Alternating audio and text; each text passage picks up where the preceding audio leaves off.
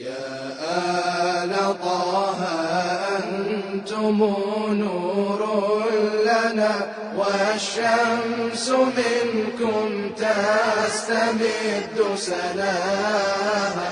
الخير كل الخير عند ولائكم وبكم نجاة النفس حين رداها.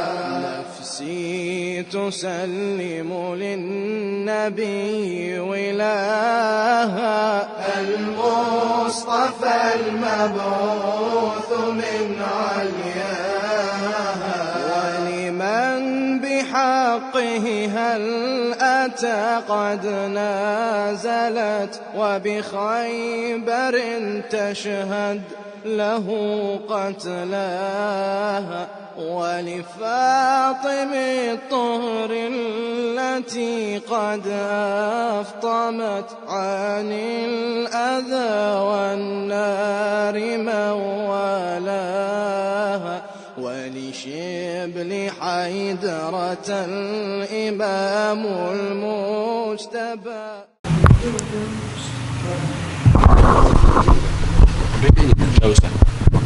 nyaman tuh.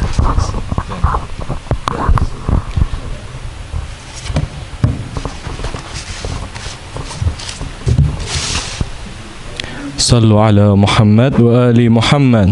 اللهم صل على محمد وآل محمد.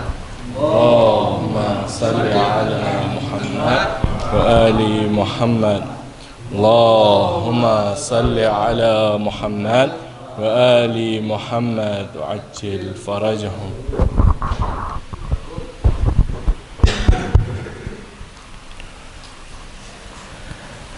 السلام عليك يا سيدة فاطمة الزهراء. السلام عليك يا بنت رسول الله. السلام عليك يا سيدة النساء العالمين. أعظم الله لك الأجر بشهادة سيدة فاطمة الزهراء سلام الله عليها.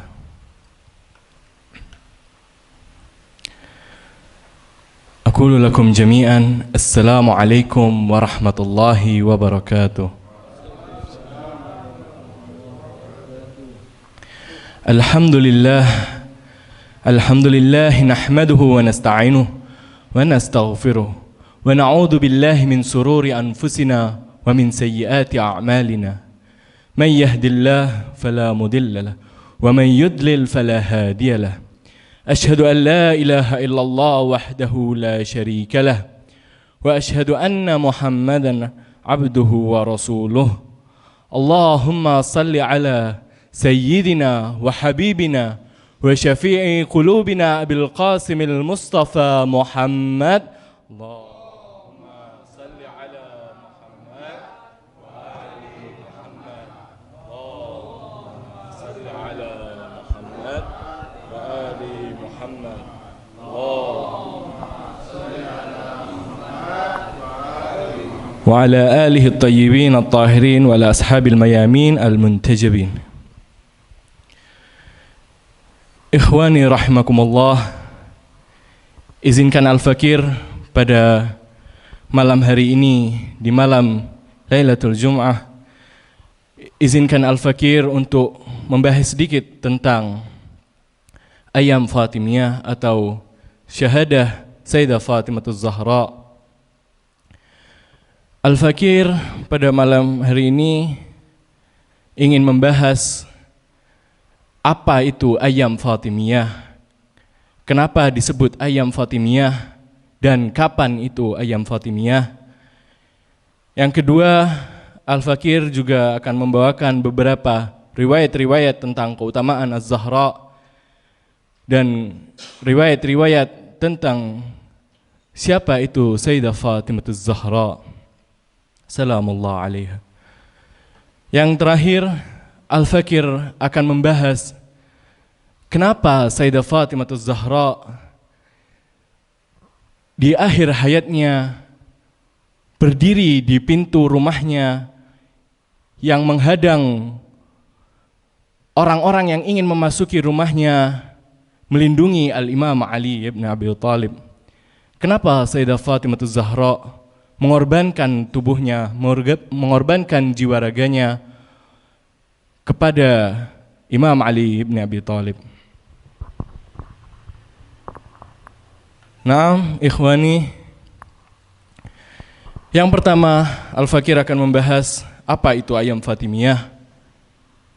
Ayam Fatimiyah atau bisa dibilang hari-hari Fatimiyah. Kapan itu hari-hari Fatimiyah? Terdapat riwayat-riwayat dari Ahlul Bait tentang kapan syahadah Sayyidah Fatimah Zahra. Ada 3 riwayat yang masyhur atau yang terkenal. Yang pertama yaitu pada 40 hari setelah wafat Rasul, yaitu awal Rabiul Tsani, dan yang kedua yaitu pada 75 hari setelah wafatnya Rasul, dan riwayat yang ketiga yaitu 95 hari setelah wafatnya Rasul. Yang masyhur adalah 2 riwayat terakhir, yaitu 75 hari setelah wafat Rasul atau 95 hari, yaitu 13 Jumadil Ula sampai 3 Jumadil Akhir. Di antara kedua tanggal ini, 13 Jumadil Ula dan 3 Jumadil Akhir, merupakan riwayat yang paling terkenal di antara riwayat lainnya. Di sini kita bertanya-tanya, kenapa begitu banyak riwayat tentang syahadahnya Sayyidah Fatimah Zahra? Kenapa tidak kita pilih salah satunya mana yang paling kuat? Kenapa kita tidak memilih satu tanggal dan menetapkan pada tanggal itu syahadahnya Sayyidah Fatimah Zahra? Di sini Al-Fakir akan bawakan beberapa pendapat, seperti pendapat Maraji, Ayatullah Burujurdi, dan kemudian Maraji Imam Khomeini sangat menekankan 2 fase atau 2 tanggal ini, yaitu 13 Jumadil Ula dan 3 Jumadil Akhir. Dan kedua Maraji ini bersepakat bahwa pada tanggal inilah kita harus mengadakan Ayam Fatimiyah atau hari-hari kesedihan tentang Fatimiyah, tentang Fatimah Zahra. Kenapa demikian? Kenapa kita mengadakan acara Sayyidah Fatimah Zahra hingga sekitar 20 hari? Kedua ulama tersebut mengatakan bahwa kita adakan acara duka tentang Sayyidah Fatimah Zahra selama 20 hari ini, di antara 13 Jumadil Ula hingga Jumadil Tsani, agar tidak ada satupun riwayat tentang syahadah Sayyidah Fatimah yang diabaikan, dan umat bisa menghidupkan seluruh kenangan beliau. Yang dimaksud oleh perkataan ini, banyak sekali peristiwa-peristiwa atau rahasia-rahasia yang tersembunyi pada malam tersebut, pada malam syahadahnya Sayyidah Fatimah Zahra, sehingga tak cukup 2 malam membahas tentang apa yang terjadi di malam itu.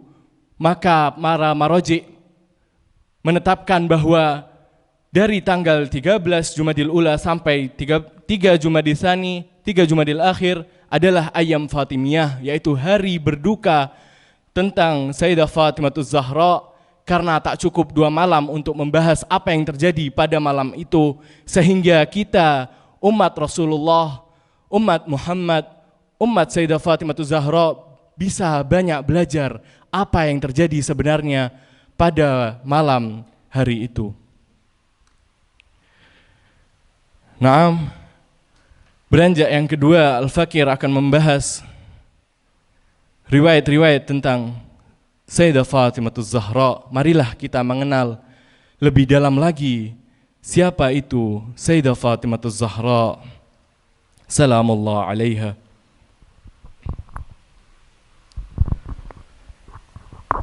Qala Rasulullah sallallahu alaihi wasallam, Fatimah bid'atun minni, man adaha faqad adhani, wa man adhani faqad adallah.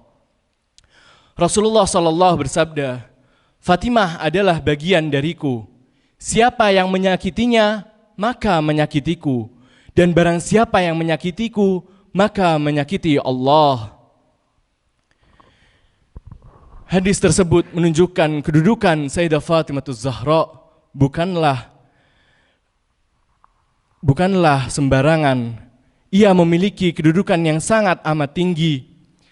Karena menyakiti Sayyidah Fatimah sama saja menyakiti Rasulullah sallallahu alaihi wasallam. Dan hadis ini dikatakan langsung oleh Rasulullah.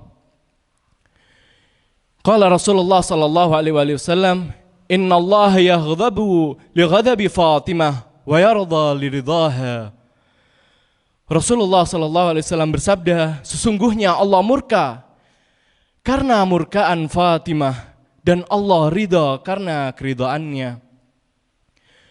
Di sini dikatakan cukup jelas bahwa barang siapa yang membikin Sayyidah Fatimah Az-Zahra marah, maka ia akan mendapat kemurkaan Allah. Dan barang siapa yang mendapat ridha Sayyidah Fatimah Az-Zahra, maka ia mendapat ridha Allah. Di sini kita bisa tahu bahwa keridhaan Sayyidah Fatimah Az-Zahra adalah ridha Allah. Jadi marilah kita yang mengaku sebagai pecinta Az-Zahra, kita yang mengaku sebagai pecinta Ali, marilah kita berbondong-bondong untuk mendapat ridha Sayyidah Fatimah Az-Zahra dengan menghadiri malam-malam aza atau malam-malam duka hari syahadah beliau. Qala al-Imam Ja'far As-Sadiq alaihi salam,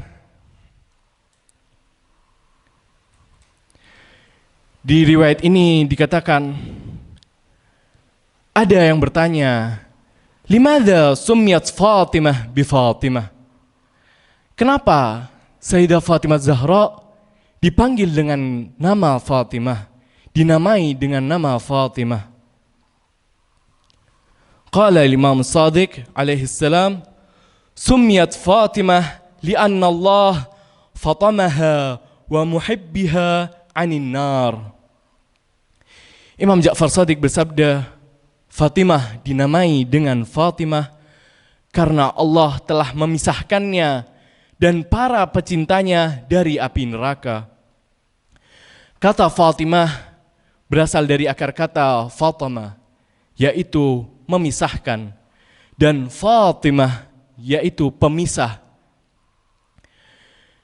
Diriwayatkan bahwa Sayyidah Fatimah Az-Zahra kelak di Yaumul Mahsyar, di hari di mana manusia dikumpulkan di padang mahsyar dan manusia dihitung amal baik dan buruknya, di saat kita pada hari kebangkitan, di situ akan hadir Sayyidah Fatimah Az-Zahra. Ia akan memisah antara pengikut setianya, antara pecintanya, dan mana pembunuhnya dan mana musuh-musuhnya, karena ia adalah Fatimah, yaitu pemisah antara yang hak dan yang batil, pemisah antara siapa yang akan memasuki jannah, siapa yang akan memasuki nar. Itulah kedudukan Sayyidah Fatimah Az-Zahra salamullah alaiha. Riwayat lain, qala al-Imam Al-Hasan Al-Askari, nahnu hujjatullah ala khalqih wa Fatimah hujjatu alaina. Imam Hasan Al-Askari bersabda, kami para imam adalah hujjah-hujjah Allah atas makhluk-makhluknya. A'immah adalah hujjah bagi kita semua. A'immah adalah hujjah bagi seluruh makhluk hidup yang ada di muka bumi ini. Tentu kita mengetahui hal ini. Para imam adalah hujjah atas seluruh makhluk Allah. Dan Fatimah adalah hujjah Allah atas kami, Yang dimaksud kami adalah para a'immah tersebut. Jadi a'immah mengatakan bahwa Sayyidah Fatimah Zahra adalah hujjah bagi kami, adalah pembimbing kami, adalah penunjuk jalan kami. Jadi bisa kita ketahui bahwa kedudukan Sayyidah Fatimah Zahra lebih a'zam daripada kedudukan para a'immah yang ada.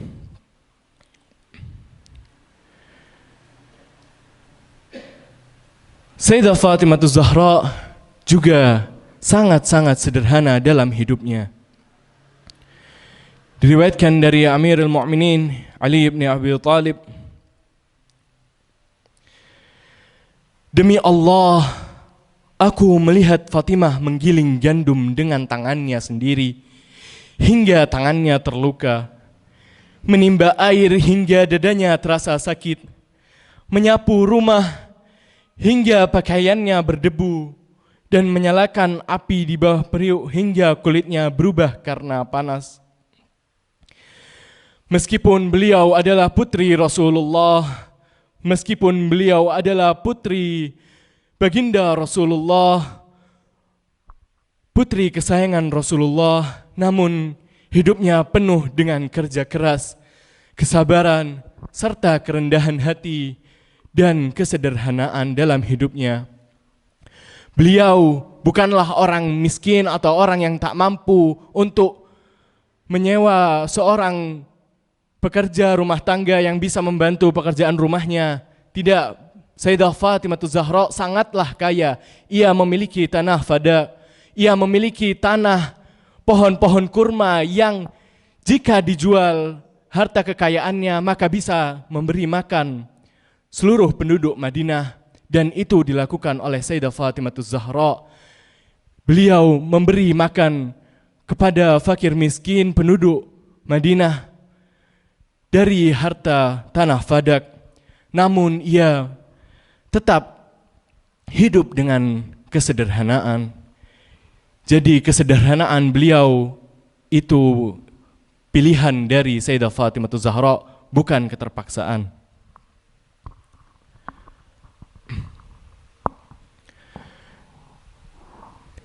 Diriwayatkan dari Imam Ja'far As-Shadiq, beliau bersabda, tidak ada salat yang dilakukan oleh Sayyidah Fatimah Zahra tanpa setelahnya membaca tasbih Fatimah Zahra.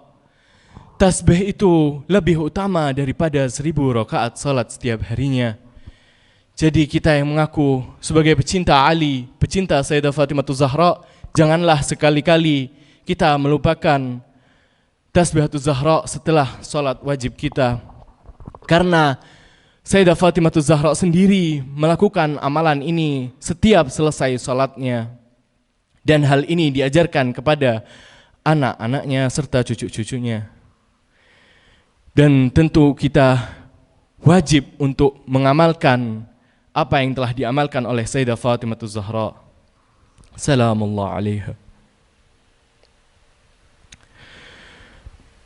Di riwayat lain, Imam Husain alaihissalam berkata, ibuku mengajariku membaca doa setiap pagi dan petang. Berikut doanya. Ya Hayyu ya Qayyum, birahmatika astaghis, fa ahsin akibati fil umur kulliha, wa la takilni ila nafsi tarfata ainin abadan. Ini adalah doa dari Sayyidah Fatimah Zahra untuk anak-anaknya, yang insya Allah kita juga akan mengamalkannya seperti apa yang diajarkan oleh Sayyidah Fatimah Zahra. Atau bisa juga kita membaca Ya Hayyu Ya Qayyum birahmatika astaghis fa aghithni wa la takilni ila nafsi tarfat ainin abadan wa aslih li sya'ni kullah. Pada doa ini kita memohon kepada Allah, ya Allah, wahai yang maha hidup, wahai yang maha hidup, dengan rahmat-Mu maka tolonglah aku dan jangan pernah jauhkan pandangan-Mu kepadaku. tarfat ainin abadan. Jangan kau palingkan pandanganmu kepadaku selamanya. Kita memohon kepada Allah untuk selalu memperhatikan urusan-urusan kehidupan kita. Naam, mungkin hanya berikut riwayat-riwayat yang dapat Al-Fakir bawakan. Beranjak ke bagian ketiga, yaitu Al-Fakir akan membahas kenapa Sayyidah Fatimah Zahra berdiri di pintu untuk melindungi Al-Imam Ali ibn Abi Thalib pada malam hari itu.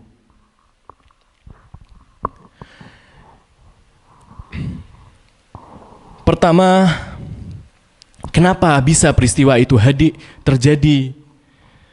Karena pada saat setelah Rasulullah wafat, kita tarik kembali ke setelah wafatnya Rasul, terjadi peristiwa Saqifah, di mana sebagian sahabat segera memilih siapa pemimpin umat Islam berikutnya tanpa menunggu arahan dari Ahlul Bait.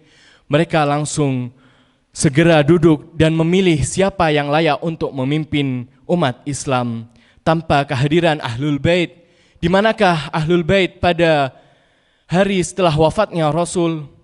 Ahlul Bait yang mana Imam Ali, Sayyidah Fatimah, Hasan wal Husain tidak hadir saat pemilihan siapa pemimpin setelah Rasulullah di Saqifah, karena para Ahlul Bait sedang mengumpulkan mushaf Al-Quran dan mengurus jenazah Rasulullah bersama Bani Hashim. Namun apa yang umat Rasulullah lakukan? Mereka tidak menghiraukan jenazah Rasulullah. Mereka sibuk dengan dunia, siapa yang akan menjadi pemimpin umat Rasulullah, karena mereka anggap jasad Rasulullah tidak lebih penting dari siapa pemimpin berikutnya. Mereka tidak mempedulikan di mana Rasulullah dikubur atau siapa yang mengubur Rasulullah. Setelah mereka memutuskan siapa yang akan menjadi khalifah, setelah baiat dilakukan di Saqifah, mereka bertanya-tanya, di mana Ali? Di mana Ali sepupu Rasul? Mereka mencari Ali dan mereka berbondong-bondong mendatangi rumah Ali, ingin menyeret Imam Ali ibn Abi Thalib untuk berbaiat kepada khalifah yang telah disepakati oleh mereka. Dan sebagian orang yang telah disuruh itu berangkat menuju rumah almarhum Rasulullah, menuju rumah Imam Ali, menuju rumah Sayyidah Fatimah Zahra. Disebutkan bahwa mereka mendorong pintu ke arah Fatimah yang berdiri di belakangnya. Beliau menjerit sementara beliau sedang hamil Muhsin. Lalu janinnya gugur dan beliau jatuh sakit parah hingga wafat sebagai syahadah. Maka sebagian orang bertanya-tanya, sebagian orang dari kita pun bertanya-tanya, mengapa beliau berdiri di belakang pintu sedang Sayyidah Fatimah tahu bahwa mereka akan mendobrak pintu tersebut. Sayyidah Fatimah Zahra bukan tanpa alasan berdiri menahan untuk menutup pintu rumah Sayyidah Fatimah Zahra, rumah suaminya Imam Ali bin Abi Thalib. Sayyidah Fatimah Zahra bukan hanya melindungi suaminya yang bersembunyi ketakutan seperti yang dikatakan para musuh-musuh Ahlul Bait. Ali bersembunyi di balik istrinya, di balik putri Rasulullah. Tidak. Sayyidah Fatimah Zahra berdiri di belakang pintu karena Sayyidah Fatimah Zahra tahu betul. Sayyidah Fatimah Zahra mengetahui siapa imam zaman beliau. Sayyidah Fatimah Zahra mengetahui kedudukan suaminya Al-Imam Ali ibn Abi Thalib bukanlah sekedar suami baginya, melainkan ia adalah pemimpin di zaman tersebut. Dan Sayyidah Fatimah Zahra ialah pengikut setia Imam Ali bin Abi Thalib, pengikut setia imam zamannya yang telah ditunjuk resmi oleh Rasulullah di Ghadir Khum. Jadi jangan kita anggap sepele, kita anggap remeh, dan bahkan musuh-musuh Ahlul Bait mengatakan Ali dan Fatimah ia takut akan kehilangan tahta duniawi. Mereka berdua haus akan kekuasaan, mereka berdua tidak ingin kehilangan tahta khalifah umat Islam pada saat itu.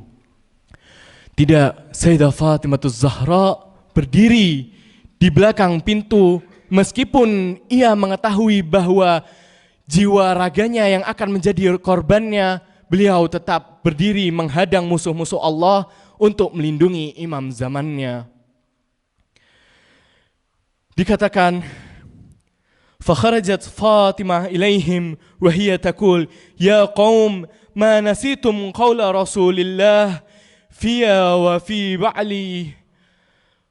Sayyidah Fatimah Zahra keluar dan berkata, wahai kaum, apakah kalian telah lupa sabda Rasulullah tentang aku dan suamiku, tentang siapa aku dan siapa suamiku? Sayyidah Fatimah Zahra berteriak, wahai kaum, apakah kalian tidak mengetahui siapa yang kalian lawan, siapa yang kalian dobrak, dan rumah siapa yang kalian dobrak ini? Sungguh rumah ini rumah Allah, rumah ini turunnya para malaikat untuk menurunkan wahyu dari Allah untuk Rasulullah sallallahu alaihi wasallam. Karena Sayyidah Fatimah Zahra tahu kesucian dari rumah ini. Oleh karena itu Sayyidah Fatimah Zahra berdiri di hadapan pintu tersebut, berdiri di balik pintu tersebut agar manusia-manusia kotor ini tidak menajisi rumah suci baginda Rasulullah sallallahu alaihi wasallam.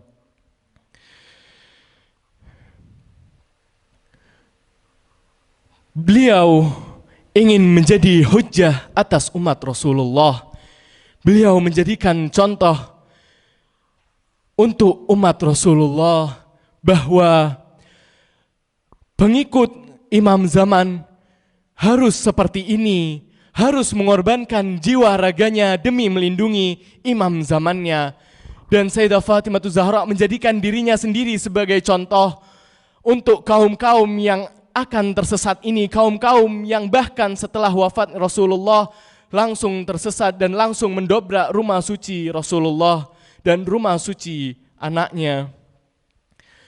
Sayyidah Fatimah Zahra mengorbankan dirinya untuk menjadi pelajaran kepada kita umat Rasulullah bahwa kenapa Sayyidah Fatimah Zahra mengorbankan dirinya sebegitu rupa demi melindungi imam zamannya.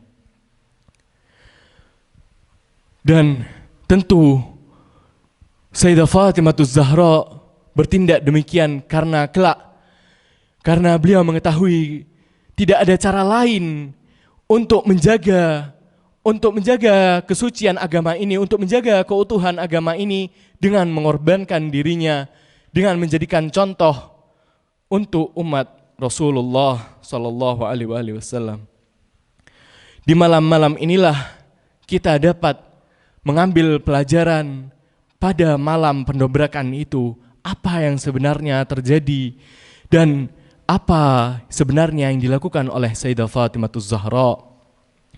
Maka bersyukurlah kita yang pada malam hari ini kita dapat berkumpul untuk sedikit membahas, untuk sedikit lebih jauh lagi membahas apa yang terjadi pada malam hari itu.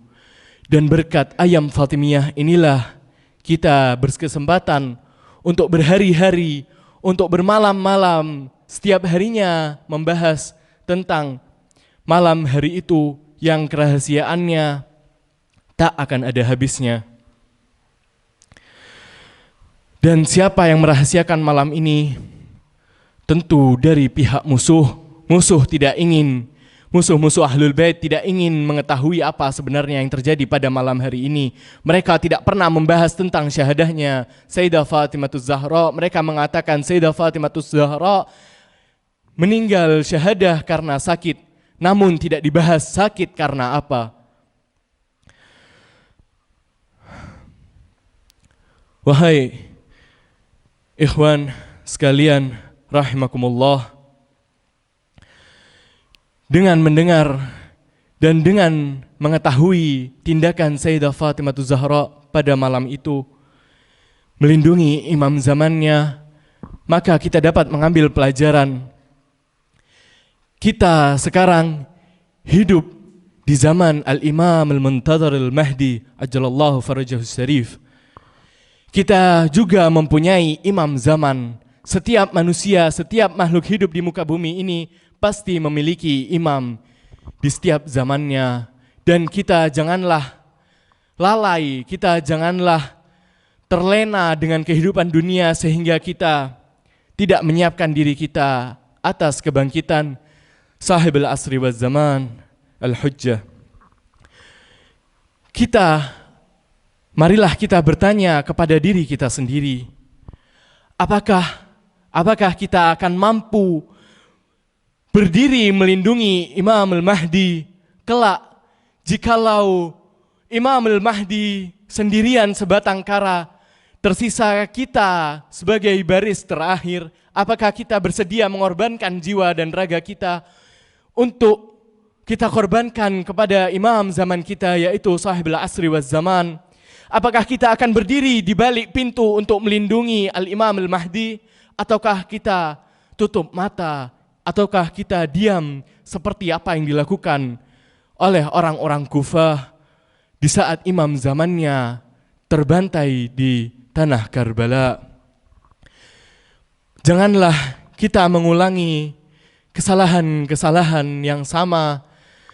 Orang-orang yang lalai terhadap imam zamannya, orang-orang yang beralasan aku tidak bisa melindungi imam zamanku karena aku masih mempunyai keluarga, karena aku masih mempunyai urusan duniawi, karena aku masih harus mencari nafkah untuk keluargaku dan lain sebagainya. Janganlah kita mengulangi kesalahan yang sama. Marilah kita menjadikan Sayyidah Fatimatuz Zahra pedoman dan contoh untuk bagaimana semestinya seorang pengikut melindungi imam zamannya. Marilah kita menjadikan diri kita, jiwa raga kita korbankan untuk Sahibul Asri wal Zaman kelak. Amin ya rabbal alamin. Membahas Sayyidah Fatimatuz Zahra, membahas malam hari itu di saat Sayyidah Fatimatuz Zahra disakiti dan dizalimi tidak ada habisnya dan harus terus dipelajari dan terus dibahas. Karena kita yang mengaku sebagai pecintanya harus mengetahui apa yang terjadi pada malam hari itu, dan kita harus sebagaimana mungkin kita harus menyebarkan apa yang terjadi pada malam hari itu, apa yang terjadi kepada Sayyidah Fatimatuz Zahra, kepada putri Rasulullah. Mungkin hanya ini yang dapat Al-Fakir sampaikan pada malam hari ini. InsyaAllah pada malam-malam berikutnya kita akan selalu mengadakan majlis-majlis duka, dan kita akan selalu membahas tentang malam hari Sayyidah Fatimatuz Zahra terbunuh, terzalimi dan tersakiti. Maka kita harus selalu menghadiri malam-malam seperti ini, karena kita mengaku sebagai pecinta Ali, pecinta Sayyidah Fatimatuz Zahra, pecinta Rasulullah. Kita harus mewajibkan diri kita untuk menghadiri acara-acara Aza Ayyam Fatimiyah hingga 3 Jumadil Akhir. Naam, hadza minni walafu minkum, wassalamun alaikum warahmatullahi wabarakatuh. Sallu ala Muhammad wa ali Muhammad.